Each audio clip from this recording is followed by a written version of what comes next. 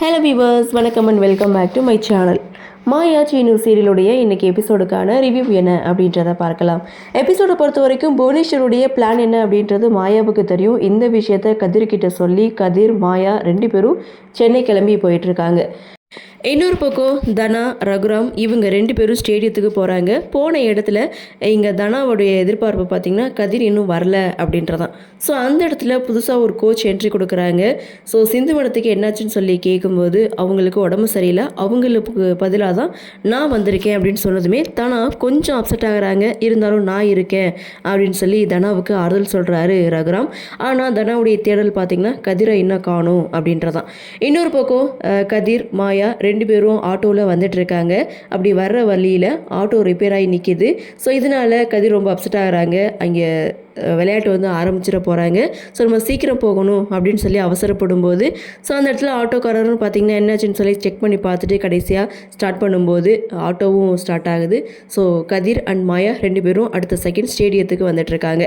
அப்படியே சீனை கட் பண்ணால் தனா விளையாடுறத டிவியில் பார்க்கணும் அப்படின்னு சொல்லி ஒட்டுமொத்த குடும்பமும் ஹாலில் உட்காந்துட்ருக்காங்க. ஆனால் அந்த டிவியை எப்படி ஆன் பண்ணுறது, ஸ்போர்ட்ஸ் சேனல் எப்படி வைக்கிறதுன்னு யாருக்குமே தெரியல. ஸோ ஒவ்வொருத்தவங்களும் ரிமோட்டை வாங்கி அமைக்க பார்க்குறாங்க. யாருக்குமே வைக்க தெரியல. டைம் ஆகிடுச்சு, தனா வேற விளையாட ஆரம்பிக்க போகிறா, என்ன பண்ணுறதுன்னு தெரியாமல் இங்கே முழிச்சிட்டு இருக்கும்போது மணி சீனுவை கூப்பிட்டு சேனலில் வைக்க சொல்கிறாங்க. அந்த இடத்துல சீனுவுக்கும் அதை எப்படி வைக்கிறதுன்னு தெரியல. ஸோ உடனே மாயாவுக்கு கால் பண்ணு அப்படின்னு சொல்லி சீனு கிட்டே சொல்ல, நீங்களே கால் பண்ணுங்க அப்படின்னு சொல்லிட்டு ஃபோனை எடுத்து கொடுக்க மணி தன்னுடைய மருமகளுக்கு கால் பண்ணி இந்த ஸ்போர்ட்ஸ் சேனல் எப்படி வைக்கணும் அப்படின்றத மாயா கிட்டே கேட்குறாங்க. அப்போ மாயா சொல்லும்போது, நீ சொல்கிறது எனக்கு ஒன்றும் புரியாது, சீனு கிட்டே கொடுக்குறேன்னு சொல்லிட்டு சீனு கிட்டே ஃபோனை கொடுக்க அதை எப்படி வைக்கணும் அப்படின்ற ஒரு இதை வந்து மாயா சீனு கிட்ட சொல்ல அதுபடி இங்கே சீனு வந்து அந்த சேனலை வைக்கிறாங்க. ஸோ உடனே ஃபோனை கட் பண்ணுறாங்க. அடுத்த செகண்ட் மாயா கதிர் இவங்க 2 பேருமே ஸ்டேடியத்துக்கு வராங்க. தனா கதிரை பார்க்குறாங்க, ரொம்ப சந்தோஷப்படுறாங்க. ஆனால் அந்த சந்தோஷம் கொஞ்சம் நேரம் கூட நீடிக்கலை. காரணம் கதிர் மாயா வந்திருக்கதை ரகுராம் பார்த்துட்டு, உங்களை யார் இங்கே வர சொன்னது, என்னையும் என் பொண்ணையும் நிம்மதியாகவே இருக்க விட மாட்டிங்களா அப்படின்னு சொல்லிட்டு 2 பேரையும் ஸ்டேடியத்தை விட்டு வெளியில் போக சொல்கிறாங்க. ஆனால் அந்த இடத்துல கதிர் ஒரு ட்விஸ்ட்டை வைக்கிறாங்க. நாங்கள் எப்படி போக முடியும், இது பொதுவான இடம், யார் வேணாலும் வரலாம், யார் வேணாலும் போகலாம். அப்படி இருக்கும்போது தனா என்னுடைய மனைவி, அப்படி இருக்க நான் எதுக்காக போகணும், அவள் விளையாடுறத தான் நான் பார்க்க வந்திருக்கேன்னு சொல்ல, ஸோ அவன் என் பொண்ணு அப்படின் போது நான் இல்லைன்னு சொல்ல, அவள் உங்கள் பொண்ணு என்றது எப்படி உண்மையோ அதே மாதிரி அவள் என்னுடைய மனைவி அப்படின்னு சொன்னதும் ரகுராம் எதுவுமே பேச முடியல. அங்கேருந்து போகிறாங்க. கதிர் மாயா இவங்க 2 பேரையும் பார்த்த சந்தோஷத்தில் இங்கே தனா ஓடி வந்து 2 பேர்கிட்டையும் பேசிகிட்டு இருக்காங்க.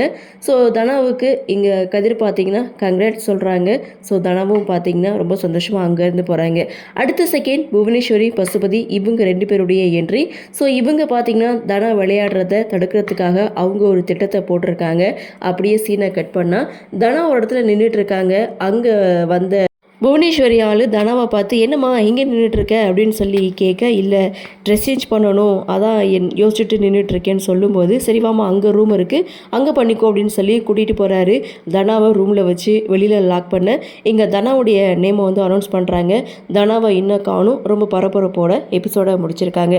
அடுத்து என்ன நடக்கும் அப்படின்ற ஒரு எதிர்பார்ப்போட எபிசோடை முடிச்சிருக்காங்க. சரி, என்ன நடக்குது, என்ன மாதிரியான சுவாரஸ்யத்தோடு கதைகளை நகர்வை கொண்டு வராங்க அப்படின்றத நாமளும் பொறுத்திருந்து பார்க்கலாம்.